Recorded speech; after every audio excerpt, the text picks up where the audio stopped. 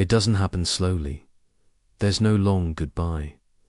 One moment, the streets are alive, traffic lights blinking, people walking dogs, shops still open, and then they're not. After World War III, cities don't fade into silence over weeks or months. They empty out fast, sometimes in hours, sometimes in minutes. And the reason isn't just bombs or destruction. It's something deeper, something human. The first thing people misunderstand about a global war is this idea that chaos looks loud. Explosions, sirens, crowds running. That does happen, but it doesn't last. What comes next is far quieter and far more frightening. When the first confirmed strikes hit, governments don't say everything. They can't. Information moves slower than fear, and fear fills in the gaps.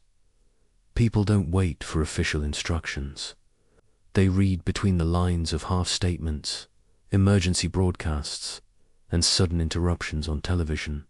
And when people sense that something is truly out of control, not a regional conflict, not politics as usual, they make the same decision all over the world. They leave, not dramatically, not together. Quietly, families pack whatever they can carry. Cars disappear from driveways. Apartments go dark in the middle of the day. Phones ring unanswered. The streets don't empty because everyone dies. They empty because everyone hides. The second reason cities collapse into silence is infrastructure fear. Modern cities are fragile. They only work when everything works. Electricity, water, fuel, food deliveries, internet, emergency services.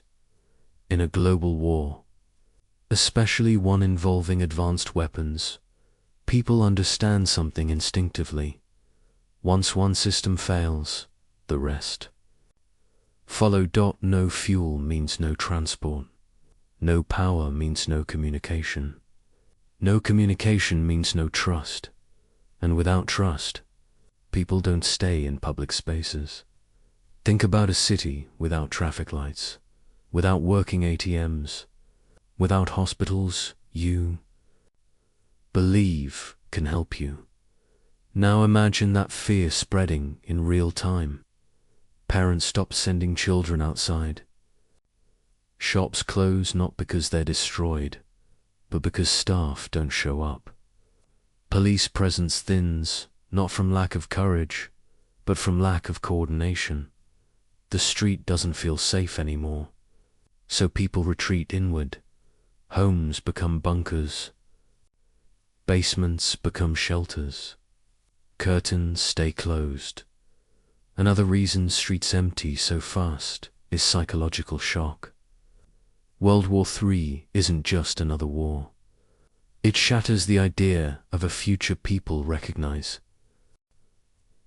In earlier wars, life continued in pieces.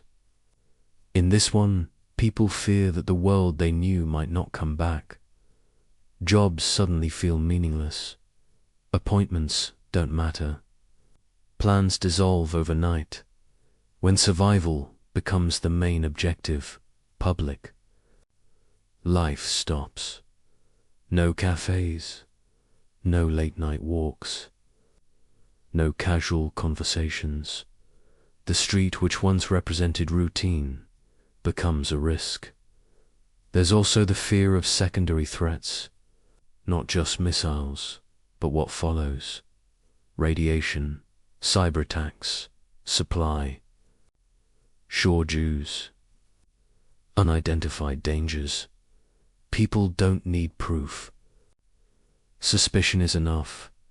When a single rumor can feel life-threatening, crowds vanish, and then there's the silence itself. Silence spreads faster than panic. Once a street becomes empty, others follow. Humans read emptiness as danger. If no one else is outside, there must be a reason, so people stay in. They wait. They listen. Footsteps echo where traffic used to roar. Wind moves trash across intersections that were busy hours earlier. Electronic billboards flicker with no one watching. Cities don't collapse with a scream. They collapse with a pause once the streets are empty. Something unsettling happens. The world doesn't feel destroyed. It feels paused. Buildings are still standing. Cars are parked neatly along the road. Shops still have signs in the windows, but no one is there to use them. This is the phase people never imagine. They expect fire and rubble. Instead, they get absence. The emptiness isn't just physical. It's social. Without people outside, time loses its rhythm. Days blur together.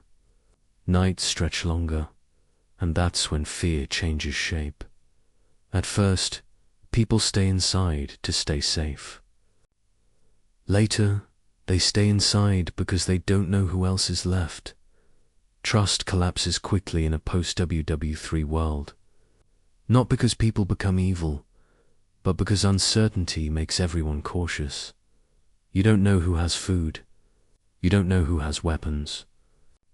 You don't know who is desperate. So even survivors avoid each other's streets, remain empty because they become unpredictable spaces. No rules, no expectations, no protection.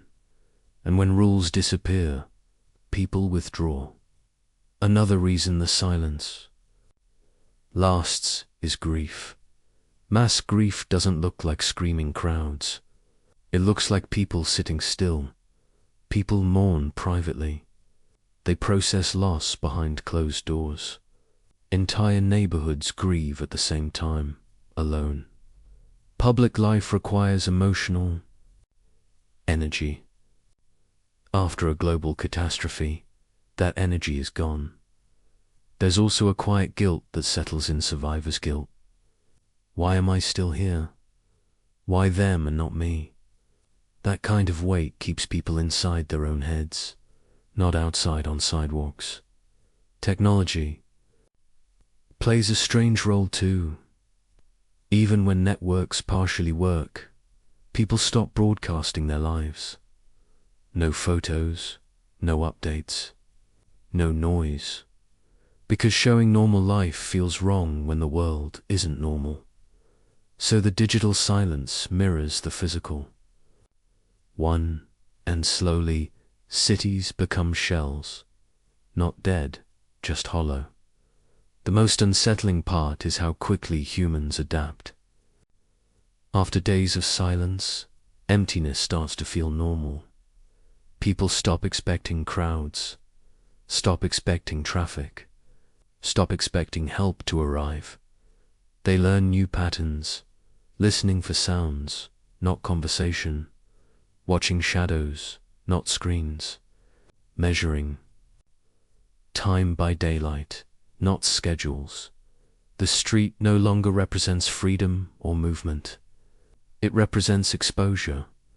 That's why even when the immediate danger passes, people don't rush back outside. Trust takes longer to rebuild than buildings. A city needs more than structures, it needs shared belief. Belief that tomorrow exists. Belief that systems will hold. Belief that other people won't hurt you after World War III. That belief is shaken at its core, and until it returns, the streets remain quiet. Not because no one is alive, but because everyone is waiting. Waiting for clarity. Waiting for safety. Waiting for proof that life can be public again. History tells us cities eventually recover. But silence always comes first, because silence is how humanity protects itself when it doesn't know what comes next. If this video made you pause and think. If it painted a picture you haven't considered before, take a moment to support the channel. Like the video, share your thoughts in the comments, and subscribe for more realistic explorations of the world we live in and the futures we hope we never face.